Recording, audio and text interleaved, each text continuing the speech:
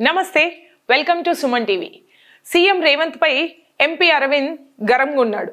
ఎందుకు అంటే కులం కాదు ముఖ్యం, గుణం చూసుకోమని చెప్తున్నాడు.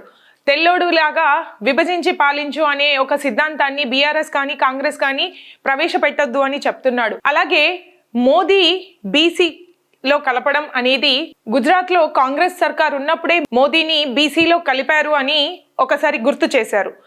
ఈ అంశంపై అరవింద్ ఏమంటున్నారో చూద్దాం. జై శ్రీరామ్.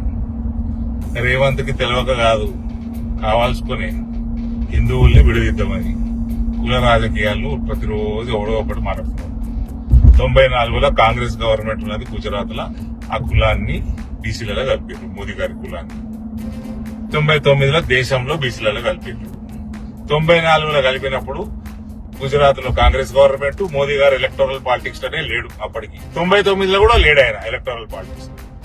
ఇవన్నీ రేవంత్ కు తెలియక కాదు, కావాల్సుకొని ఈ ఏదైతే కాస్ట్ సెన్సస్ అన్న ఒక సూర్లకోట్ల సర్వే చేసిండో అందులో కాస్ట్ సెన్సస్ పక్కకు పెట్టుంది. అసలు మొత్తం సెన్సస్ తప్పు. 1 కోటి మంది మైనర్లు 18 సంవత్సరాల లోపల ఉన్న వాళ్ళు గాయం ఉన్నది రాష్ట్రంలో అని మననే రుజువు చేసిన. ఈ 1 కోటి మంది గాయం ఉన్నప్పుడు ఇంకెక్కడ సెన్సస్, దిక్కుమాల సెన్సస్ అయిపోయినాక ఇవన్నీ కూడా కావాల్సుకొని హిందువుల్ని విడదీద్దాము, ముస్లింలకి చెంచగిరి చేద్దాము, ఇటువంటి రాజకీయాలు చేసి మనకు భారతీయ జనతా పార్టీ వీక్ చేద్దామని, ఇటువంటి దొంగ రాజకీయాలకి భారతీయ జనతా పార్టీ శ్రేణులు, కార్యకర్తలు, నాయకులు ఎవ్వరు కూడా పడరు. ఈ ట్రాప్ లో పడొద్దు. అందరం ఒకటై మనము భరతమాతని గెలిపియాలా, ఈ దేశాన్ని, రాష్ట్రాన్ని హిందూ రాష్ట్ర స్థాపనలో చెయ్యాలి. ఇక్కడ ఒక్కటి మాత్రం తప్పకుండా గుర్తుపెట్టుకోండి, బటింగే తో కటింగే, ఏక్ హే తో సేఫ్ హే.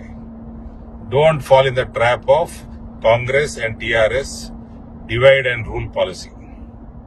భారత్ మాతాకి జై. చూశారు కదా, హిందువులని విడదీసి పాలించొద్దు అని చెప్తున్నాడు. కులగణన, కుల రాజకీయాలకి తెర లేపొద్దు అని చెప్తున్నాడు. ఎందుకంటే హిందువులంతా ఐక్యమై భరతమాతని గెలిపించాలి, ఒక వ్యక్తిని కాదు ఒక శక్తిని గెలిపించాలి అని అరవింద్ అయితే చెప్తున్నారు.